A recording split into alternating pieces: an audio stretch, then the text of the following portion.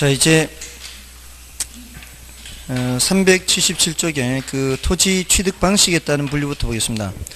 자, 이거는 좀 간단한 내용들인데요. 1번의 환지 방식 아까 말씀드렸죠. 이거는 이제 2번과 대응해서 생각하면 되고요. 전면 매수 방식 있죠.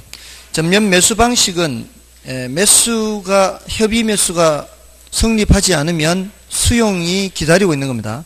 그래서 매수 방식은 수용 방식과 같은 겁니다. 그래서 1번, 2번을 더한 게 3번이고요. 보통 1번은 권리가 축소된다 이렇게 얘기하고요. 세 번째 줄이죠. 1번의 세 번째 줄. 1번의 세 번째 줄에 권리 축소형. 그리고 전면 매수 방식은 마지막에 권리 소멸형에 해당한다 이렇게. 혼합 방식은 이제 두 개를 합친 거고요. 다음에 신탁 개발은 아까 토지 신탁 했었죠. 다음에 신개발, 재개발, 신개발은 참고, 그 다음에 재개발은, 자, 우리 그 정비 사업의 유형에 따른 구분은 그게 개정이 돼서 이제 6개가 아니고 3개죠. 3개 가나다만 있는데, 주환경 개선 사업은 그대로 주환경 개선 사업이죠. 근데, 주택 재개발 사업은 그냥 재개발 사업이라고 하고, 주택 재건축도 그냥 재건축, 이렇게 바뀌었죠. 그래서, 도시환경정비사업, 라에 있는 도시환경정비사업은 재개발 사업으로 들어가 있죠. 그래서 이게, 마바는 없어지고요. 그러니까 라마바는 없어졌다고요.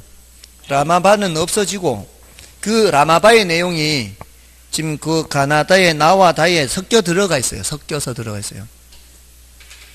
근데 이제, 뭐 중요도가 그렇게 높지는 않습니다. 공법에서 주거환경 개선 사업 있죠. 주택 재건축이 아니고 그냥 재건축이죠. 재개발, 주택 재개발이 아니고 그냥 재개발이죠. 그렇게 바뀐 겁니다. 안 보셔도 됩니다. 다음에 이제 외관에 따른 개발, 유형개발, 무형개발, 복합개발, 뭐 이거 뭐 참고로 봐주시면 되겠죠. 다음에 이제 부동산 개발의 과정에서는 그 순서대로 아예, 부타, 금건마 이 순서를 묻기는 했는데요. 앞글자 따서 아이디어 단계, 예비적 타당성 분석 단계, 부지 확보, 그 다음에 타당성 분석, 금융, 건설, 마케팅 단계, 아예부터 금건마. 자, 여기서 그 예비적 타당성 분석 단계가 지문으로 나온 적이 있는데, 그거는 그 계략적인 분석을 하는 걸 말해요. 계략적 분석. 근데 이제 본타당성 분석이 괄호 4번에 있죠. 본타당성 분석이 4번에 있는데, 그 중에서는 그 동그라미 2번을 보시면, 그 완전한 타당성 분석에는 법, 경, 기 타당성 모두 포함하죠. 자, 이게 이제 복합 개념에 따라 얘기를 하는 거죠. 근데 이 법, 경기 중에서 제일 중요한 거는 뭘까요? 법적 타당성, 경제적 타당성, 기술적 타당성 중에 제일 중요한 거는 경제적 타당성 분석이죠. 법적으로나 물리적으로 문제가 생기더라도 결국은 경제적인 문제입니다. 제가 지난번에 예를 들었었나요? 저기 성남의 서울공항 때문에 제1롯데가 허가가 안 났거든요. 제1롯데가 허가가 안 난 거는 무슨 문제예요? 법적인 문제죠. 법적 타당성을 통과하지 못하면 아예 안 되는 겁니다. 근데 MB정부 들어와서 허가를 해줬죠. 그죠? 그게 참 재미있는 거죠. 어떻게 보면. 그러니까 보수 정권이라고 했는데 사실 보수가 지금 드러나는 걸로 봐서는 그 사람은 보수가 아니죠. 그 사람은 보수가 아니고 그냥 해먹으려고 들어온 거죠. 그러니까 해먹으려고 들어온 거잖아요. 뭐 여기저기 뭐 안 받은 데가 없잖아요. 그리고 지금 얘기 나오는 거는 이제 그 많은 그 자원 외교, 자원 개발, 그게요. 제가 그때도 내가 저희 어머니한테도 말씀을 드렸지만, 아니, 1조를 주고 산 거를, 1조는 얼마요? 만억이잖아, 만억. 만억이란 말 안 쓰잖아. 그러니까 1조라잖아. 1조를 들여서 산 거를 100억 받고 팔았단 말이지, 나중에. 그러니까 1억 주고 산 걸 100만 원 주고 받고 팔았다고요. 그런 이제 하베스트인가 무슨 회사 있어요. 이제 거의 그냥 이 폐광해야 되는 이제 광산으로 치면 그런 거를 사가지고, 근데 그 돈이 어디 갔는지 알 수 없다는 거죠. 그러니까 그런 식으로 나간 돈이 많다는 거예요. 그 순식간에 손실을 봤어요. 손실을 봤는데 그 돈이 정말로 손실인지 서류상의 손실인지 알 수가 없다는 거죠. 이거를 조사를 해볼 필요가 있다는 거예요. 그런 식으로 수탁에 나가서 지금 그 옛날에 이명박이 그 비서관 하던 국회의원 시절에 하던 사람이 이제 외국에서 외자 조달이라든가 이런 일을 하는 사람이 자기가 외국에서 돌아다니면서 일을 하다가 들리는 얘기에 의하면 해외에 있는 MB 돈이 무수히 많다는 얘기를 들었다고. 그래서 자기는 할 엄두가 안 나고 탐사 보도를 할 수 있는 기자가 있으면 그거를 좀 조사해 볼 필요가 있다고 하는데, 제가 봐도 그 너무나 큰 손실이 순식간에 이루어진다는 거죠. 순식간에. 그런 것들을 좀 더 좀 파헤쳐 볼 필요가 있다고 봅니다. 사실은. 순식간에 막 1조에 가까이 돈이 사라진다는 게 있을 수가 없잖아요. 그게 만약에 저쪽에서 판 나라에서 정말 그 돈을 받았는지, 그랬으면 정말로 진짜로 손실이 발생했을 것이고, 진짜로 손실이 발생했다 해도 문제죠. 그게 그렇게 손실이 볼 만한 것들을 타당성 검토를 제대로 하지 않고 막 밀어붙이고 했던 거 아니에요. 너무 많은 손실을 한꺼번에 보니까. 근데 그게 정말로 그 돈을 주고 그 돈 받고 팔고 이렇게 해서 정말로 손실이 발생했는지, 아니면 서류상으로 줬고 돈은 줬는데 이제 서류상으로 넘어가고 우리 국고에서 유출은 됐는데 걔네들한테 입금이 안 됐을 수도 있다는 거죠. 아무튼 그런 이제 저거 할 때도, 제1호 때도 이명박이 허가해 줬잖아요. 이명박이 허가해 준 거, 이명박이. 모르셨어요? 저는 그 관심을 다 하고, 왜냐하면은 아니 그 좌파 정부라고 비난을 하던 그런 측에서 그 좌파 정부의 노무현은 허가를 안 해줬는데 국가 안전보장 때문에. 왜? 전투기가 이착륙을 해야 되잖아요. 전투기가 이착륙을 해야 되는데 앞에 500m 되는 건물이 들어서면 이착륙을 못하니까, 그러니까 허가를 안 해준 거 아니에요. 근데 뒤늦게 와가지고 이제 허가를 해줬을 때는 또 냄새가 나지 않냐 이 말이지. 또 돈 받은 거 있지 않냐 이 말이에요. 제가 왔을 때는. 그러니까 국가 안전보장을 이유로 허가를 안 해줬는데 그걸 허가를 해줬다는 거죠. 대신 물론 롯데 입장에서는 허가를 받으면서 이 활주로 각도를 틀었어요. 활주로 각도를. 근데 이게 정말로 아무런 이유 없이 그걸 해줄 이유가 뭐가 있냐고. 뭐라도 주니까 한 거 아니냐고. 이렇게 각도를 트는 비용은 누가 되는 거예요? 롯데가 되는 거죠. 그러니까 법적 타당성을 통과하면서 돈이 더 들어가는 거죠.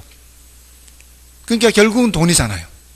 그리고 이제 거기 파다가 또 뭔 사고가 났어요? 파다가 싱크홀 생겨. 싱크홀. 그게 원래 이렇게 한강이 이렇게 흐르던, 이렇게 원래 강이, 옛날 강들이 이렇게 가잖아요. 이렇게 흐르면 이제 강을 직선화한 거 아니에요. 직선화하니까 여기가 이제 강이 아니 됐잖아요. 이제 여기가 석촌호수 있는 거 아니에요. 여기 석촌호수. 이것도 MB 작품이잖아요. 이 직선화한 것도 MB 작품. 근데 여기 이제 원래 강이었으니까 여기 이제 건물 짓는 거 아니에요. 여기 건물 지으니까 밑에는 뭐겠어요? 모래 아니에요. 모래. 그러니까 땅 파니까 이제 이 모래 얼마나 물이 쉽게 빠져들어요. 파니까 이 석촌호수 물 다 빠지고 싱크홀 생기고. 그러니까 또 보강공사 해야 될 거 아니에요. 돈 더 들어가는 거. 돈이 더 들어가는, 결국. 그럼에도 불구하고 돈 더 들어가도 물리적으로 문제가 있어도 결국 돈 문제라는 거죠. 돈 문제. 그러니까 법적 타당성, 경제적 타당성, 기술적 타당성 해도 결국은 돈의 문제, 경제적 타당성이 제일 중요한 거죠. 그것만 통과되면 되는 거죠. 됐나요? 그래서 제일 중요한 거는 경제적 타당성 분석이에요.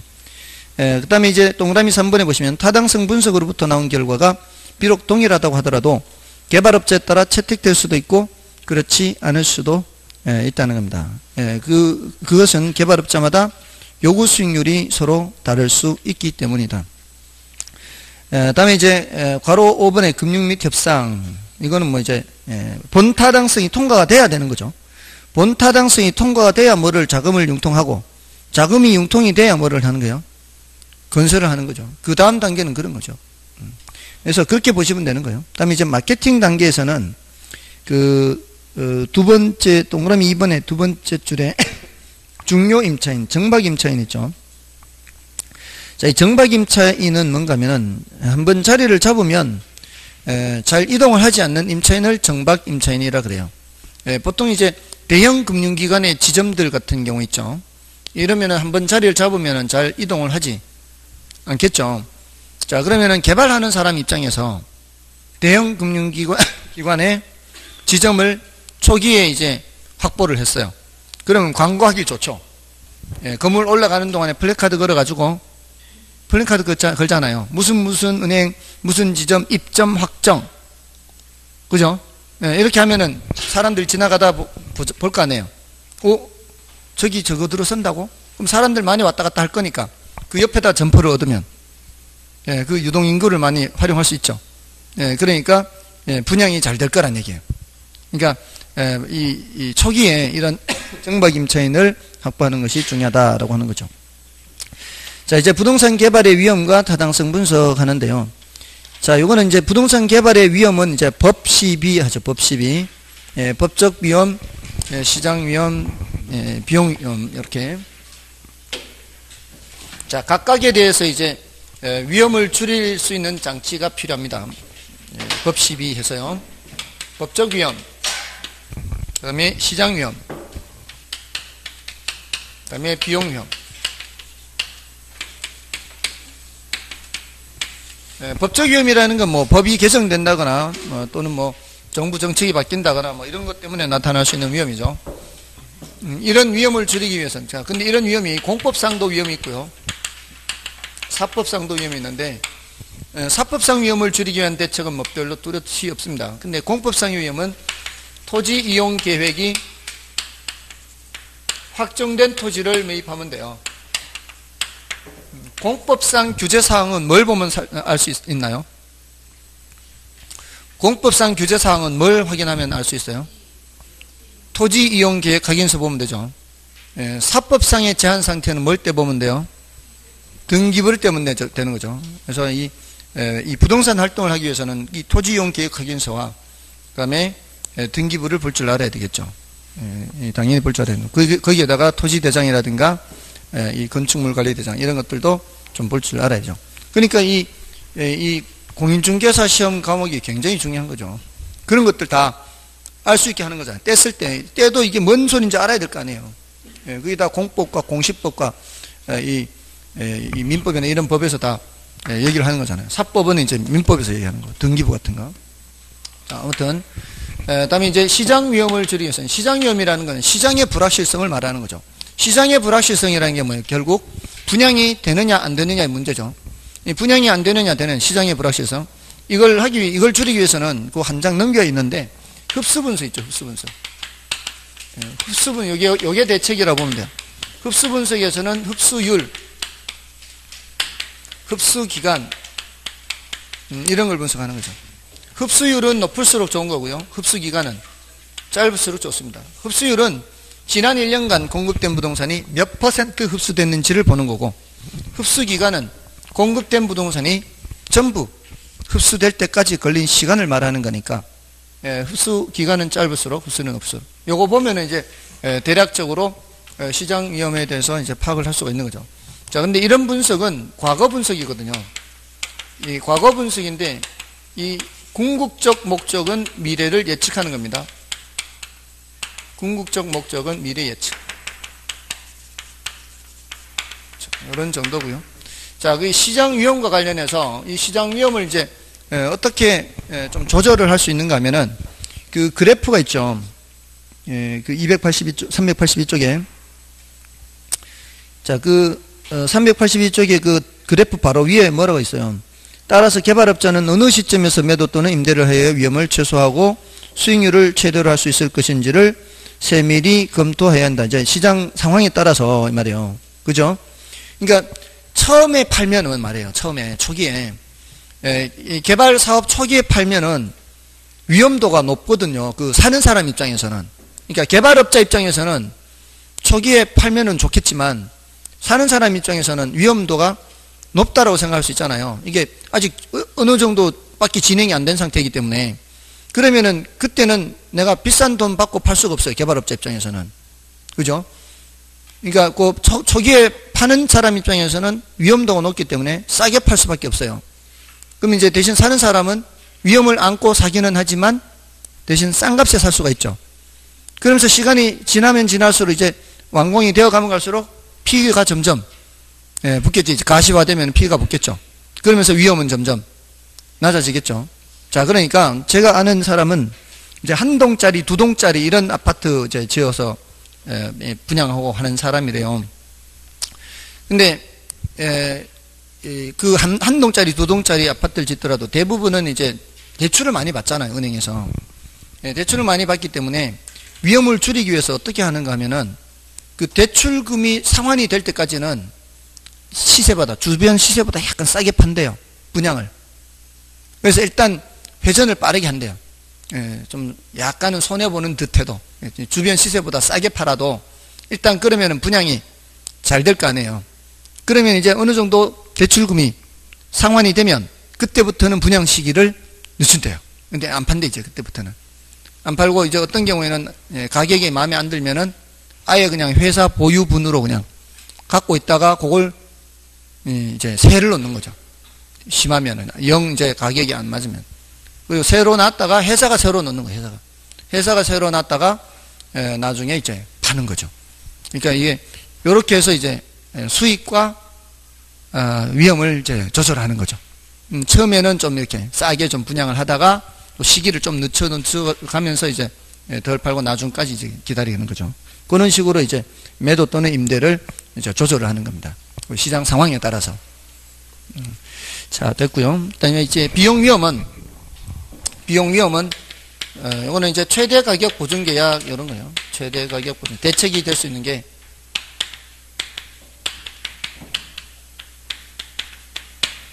요거는 이제 개발 기간 동안 비용이 많이 올라갈 수 있잖아요. 뭐 인플레라든가 또는 환율 또는 공사 기간 연장 이런 것들이 비용 위험에 영향을 미칠 수 있거든요. 그죠? 인플레나 환율, 공사기간 연장. 이게 공사기간 연장되면 무슨 비용이 많이 발생해요? 금융비용, 이자. 금융비용이 많이 발생하기 때문에 이런 것들 때문에 이제 나타나는 위험입니다. 자, 이 정도고요. 다음에 그래서 뭘 하는 거예요? 그래서 이런 위험을 줄이기 위해서 대책이죠. 최대 가격 보증 계약을 맺어서 좀 이런 위험을 줄일 수 있다 이런 겁니다.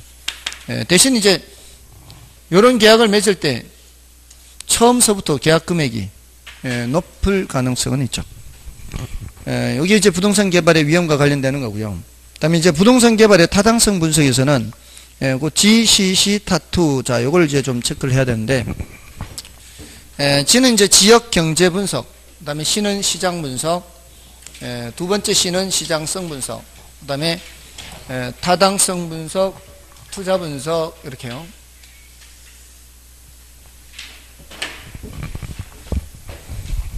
지역 경제 분석은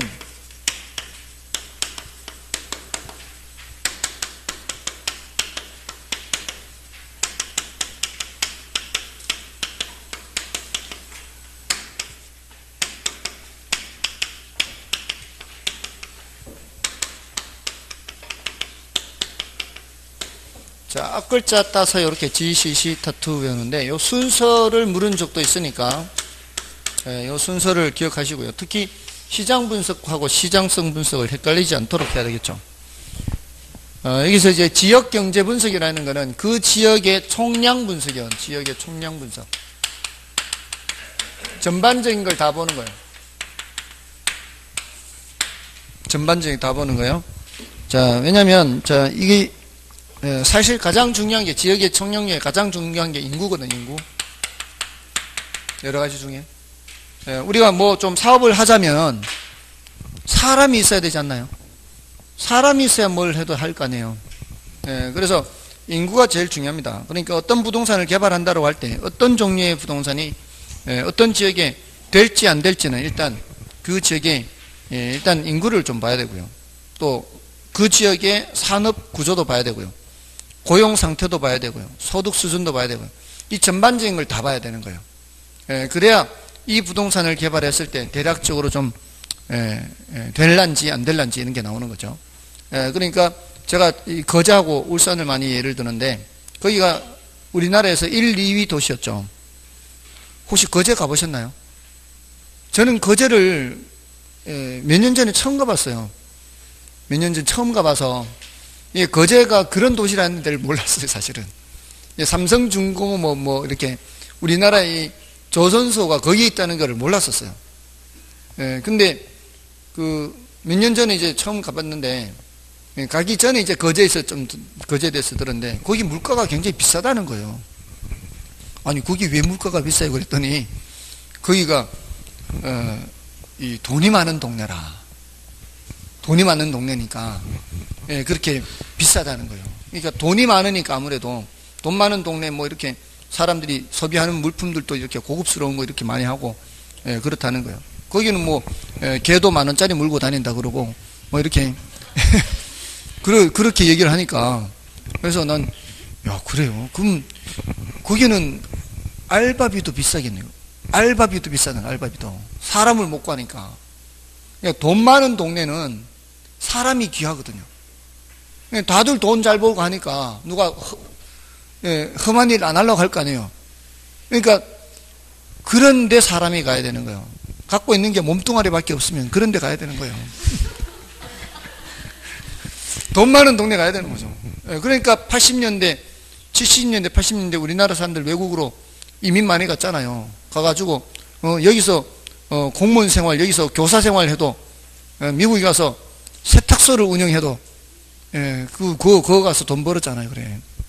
아무튼 저도 아는 선배가 미국 갔는데 뭐죠 정원사 가위 들고 이렇게 하는 거. 여기 서울대 나왔어요. 이렇게 하는데 먹고 살 만큼은 번다는 거지. 이렇게 그렇게 일을 해도 돈 많은 동네는 노동이 귀하거든요. 그리고 사람이 많은 곳은 뭐가 귀해요? 돈이 귀해. 돈 있는 사람은 사람 많은 곳에 가서 사업을 해야 된다고요. 그러니까 우리나라 자본이 어디로 가는 거예요? 동남아로 가잖아요.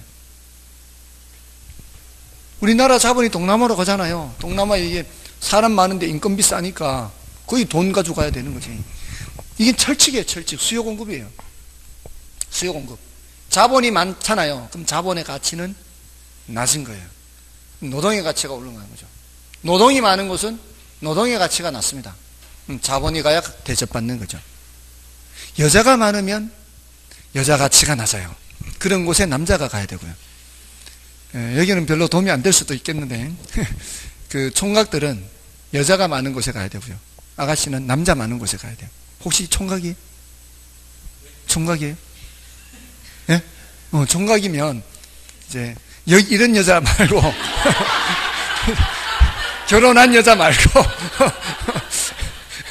결혼 안 한 여자 많은데 결혼 안 한 여자 많은데 그런 데 가야 돼. 죄송합니다. 괜히 얘기했네. 나중에 여자 많은데 알려줄게요. 예? 아가씨, 결혼 안 한 아가씨가 많은 곳은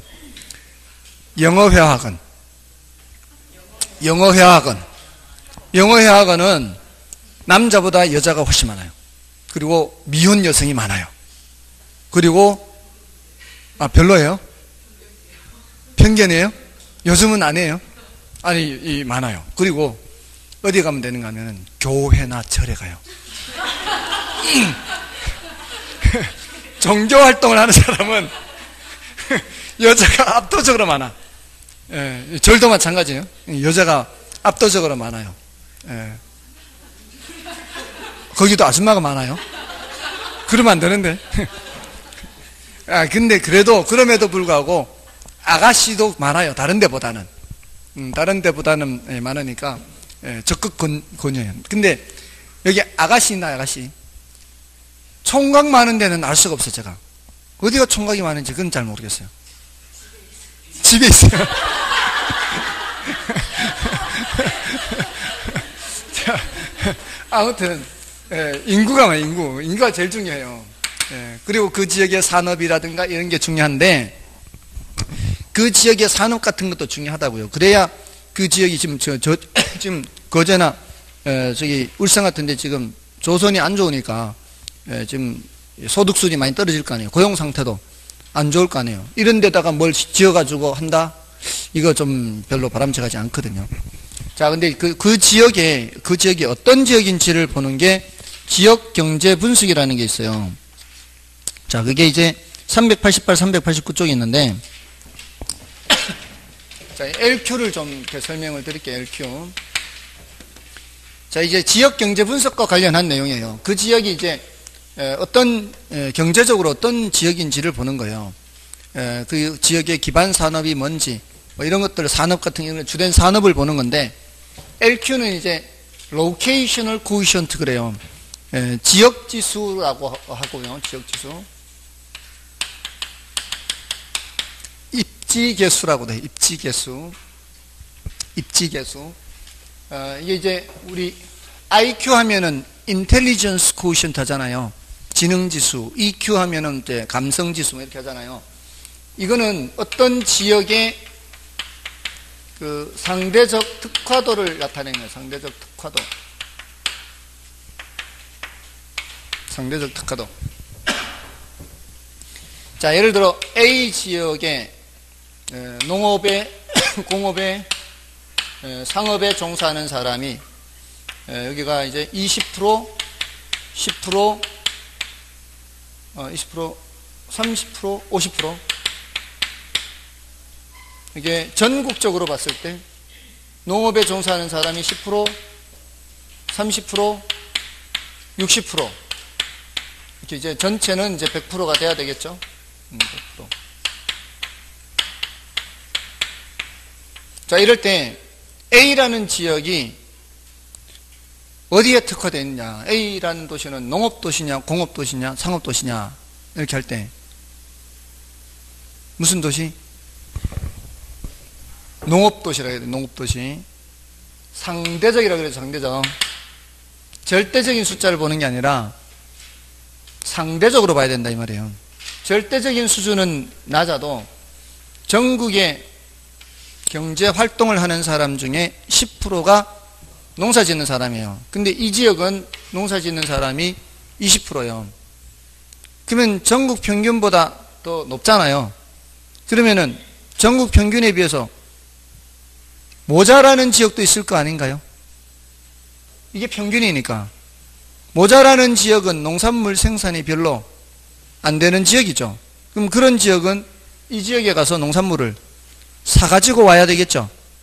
그러면 이 지역은 농산물을 다른 지역으로 수출하는 지역이다. 이렇게 얘기할 수 있어요.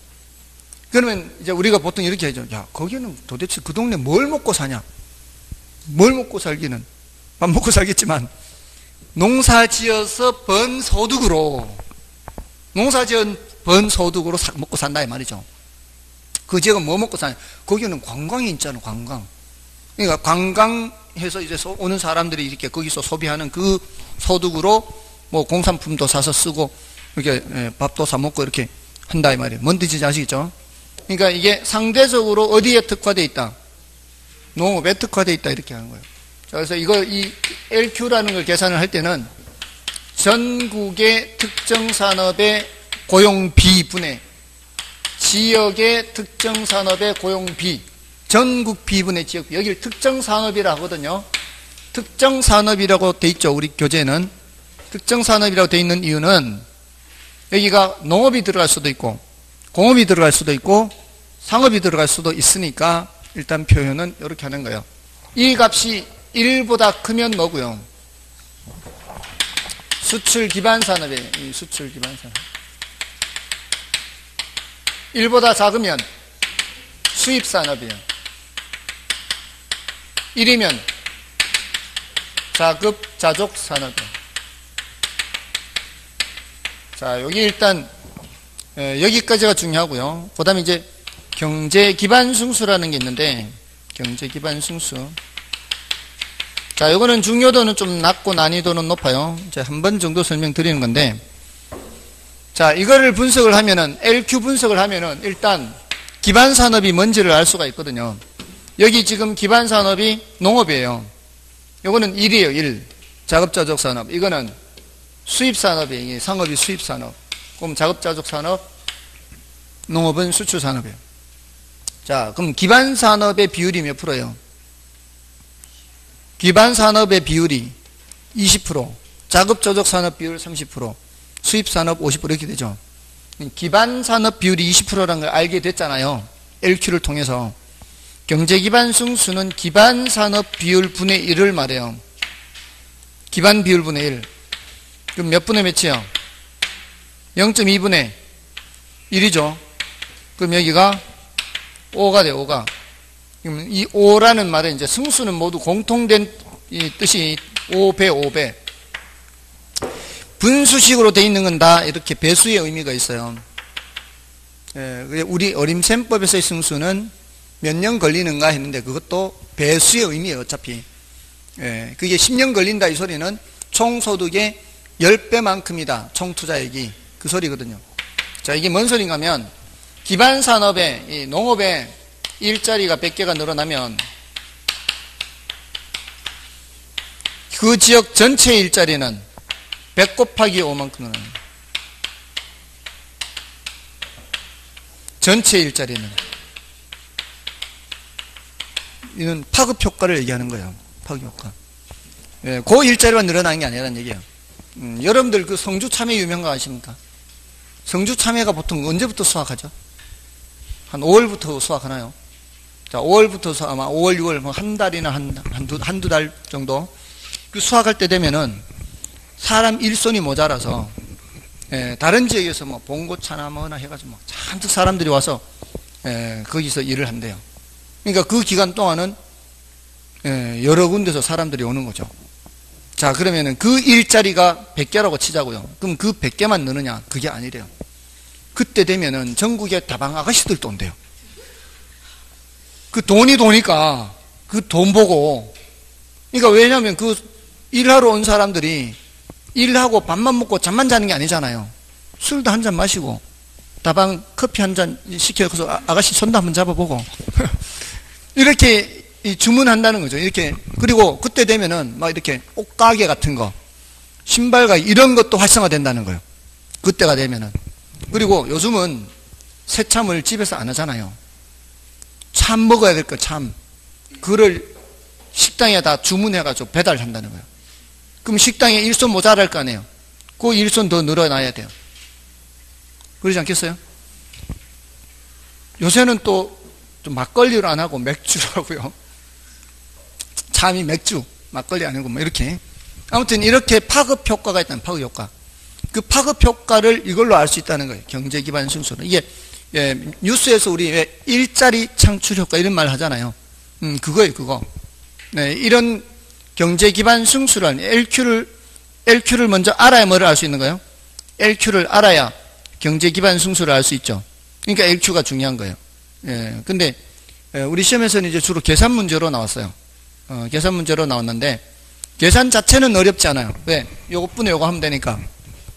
그죠? 근데 우리 시험에서는 퍼센트를 안 알려주겠죠. 퍼센트를 내가 계산해서 해야죠. 요거 몇 명, 전체 몇 명 하면 퍼센트를 내가 계산해야 되고, 요거 몇 명 하면은 퍼센트를 내가 계산하면 되는 거예요. 그래서 퍼센트를 계산해서 요것분에 요거 하면 되니까 어려운 계산은 아닌 거죠. 이것도 퍼센트 계산하면 되니까. 됐나요? 자, 그럼 이 경제 기반 승수를 이용해서 그 지역의 기반 산업의 일자리 변화가 그 지역 전체 일자리 변화에 미치는 영향을 알 수 있어요, 없어요? 알 수 있죠.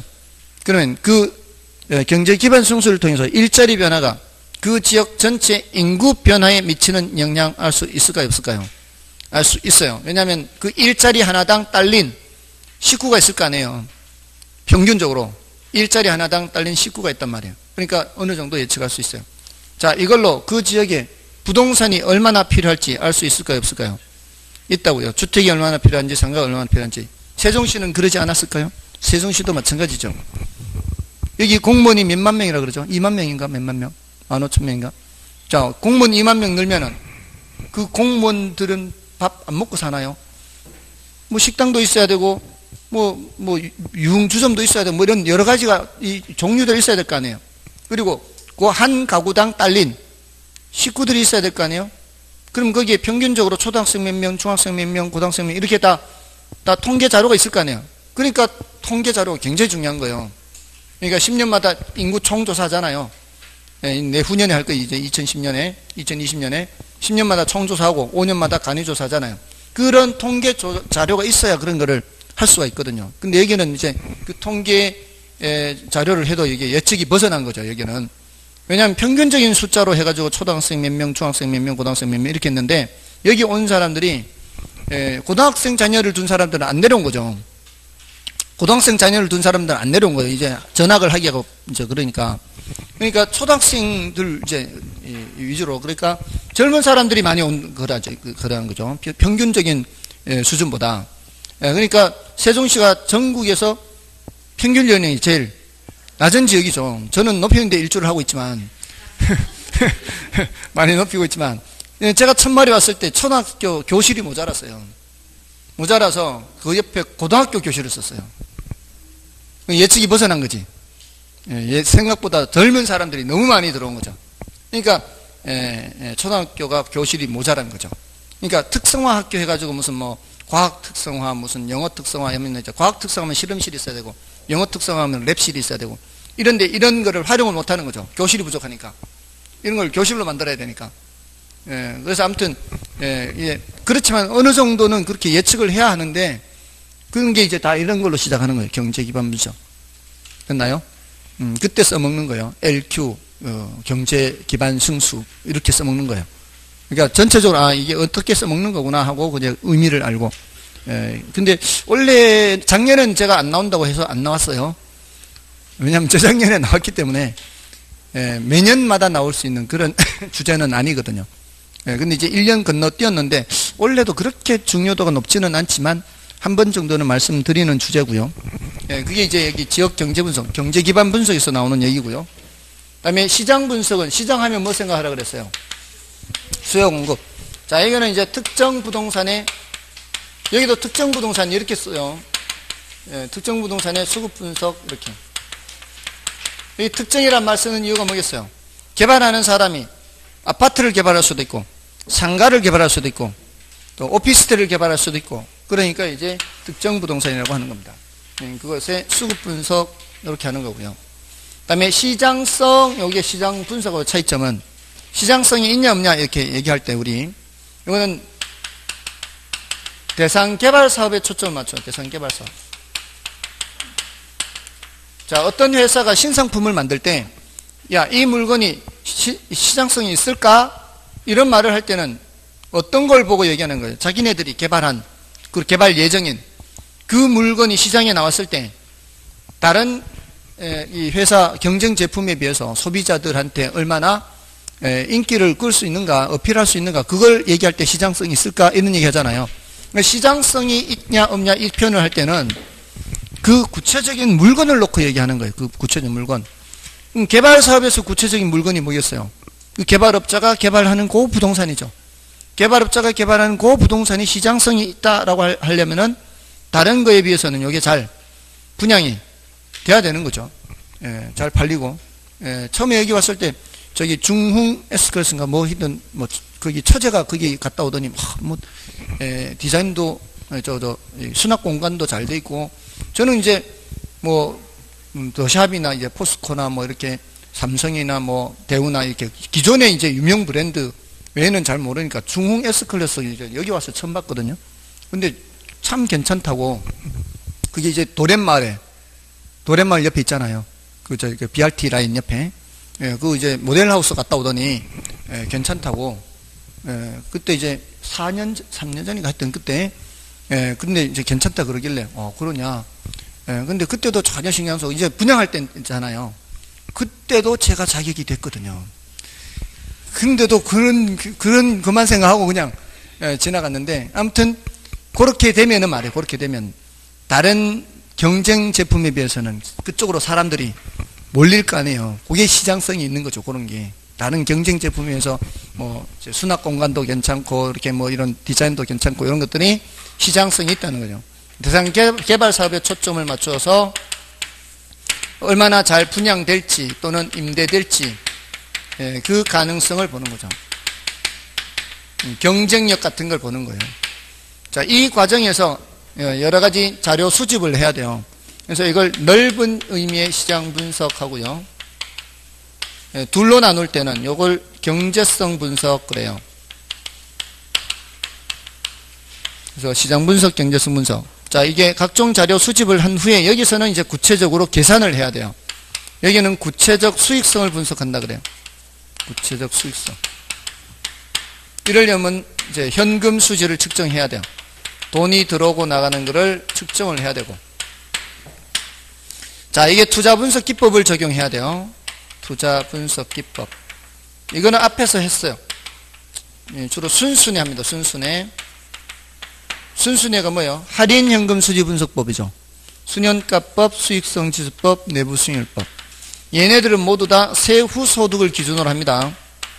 할인 현금 수지 분석법은 세후 소득을 기준으로 해서 타당하냐, 타당하지 않냐, 이걸 따지는 겁니다. 순현가가 0보다 커야 되고요. 수익성 지수는 1보다 커야 되고, 내부 수익률은 요 수익률보다 커야 되겠죠. 자, 그렇게 되면은 타당한 거예요. 자, 근데 투자 분석은 최종 결정을 내리는 거예요. 최종 결정. 이건 최종 결정. 자, 요것도 투자론에서 했어요. 자, 타당한 게 A의 순현가도 0보다 크고, B의 순현가도 0보다 크고, C의 순현가도 0보다 크다. 또는 A의 수익성 지수도 1보다 크고, B의 수익성 지수도 1보다 크고, C의 수익성 지수도 1보다 크다. 여러 개가 다 타당할 수 있죠. 여러 개 투자안들이 여기도 저기도 이제 개발 이제 여러 가지 투자안을 이제 생각하는 거죠. 자, 그랬을 때 이 모두 다를 항상 하는 건 아니라 그랬죠. 내가 갖고 있는 자금이 한정돼 있으면 어느 하나만 할 수도 있고, 경우에 따라 둘을 할 수도 있잖아요. 그럴 때는 최종 결정을 내리는 절차가 또 남아 있어요. 여기에 통과했다 해서 여기 통과했다 해서 무조건 하는 게 아니라 최종적으로 결정하는 단계. 이게 이제 투자 분석이에요. 이때는 무슨 법을 따라가야 된다고요? 최종 결정 내릴 때는 순현가법. 앞에 투자론에서 했잖아요. 이게 여러 가지 대안이 있을 때 투자자의 부를 극대화하는 방법은 뭐다? 순현가법이다. 이렇게. 자, 됐죠? 자, 그렇게 해서 지, 시, 시, 타투, 자, 요, 순서를 보고요. 다음에, 교재 보실 때는 뭐, 거의 다 말씀을 드렸는데요. 문제 하나만 풀고 좀 마치도록 할까요? 386쪽에, 부동산 개발에 관한 설명으로, 옳은 설명으로 묶인 것은 이제 문제가 있습니다. 자, 기억의 시장성 분석은 개발된 부동산이 현재나 미래 시장 상황에서 매매 임대될 수 있는 가능성 정도를 조사하는 것을 말한다. 시장성 분석은 시장성이 있냐 없냐 이런 거잖아요. 그러니까 매매 임대될 수 있는 가능성 정도 맞죠? 그리고 개발된 부동산이 그 개발 대상 개발 사업에 초점 맞춘 거예요. 맞고요. 그다음에 개발 사업에 대한 타당성 분석 결과가 동일한 경우에도 분석된 사업안은 개발업체에 따라 채택될 수도 있고 그렇지 않을 수도 있다. 맞죠? 그 다음에 흡수율 분석의 궁극적 목적은 과거 및 현재 추세를 정확하게 파악하는 데 있다. 미래 예측에 있죠. 그래서 틀렸고요. 그 다음에 개발 사업에 있어 법적 위험은 토지 이용 규제와 같은 사법적인 측면. 토지 이용 규제는 공법적인 거죠. 토지 이용 계획 확인서 확인하는 거.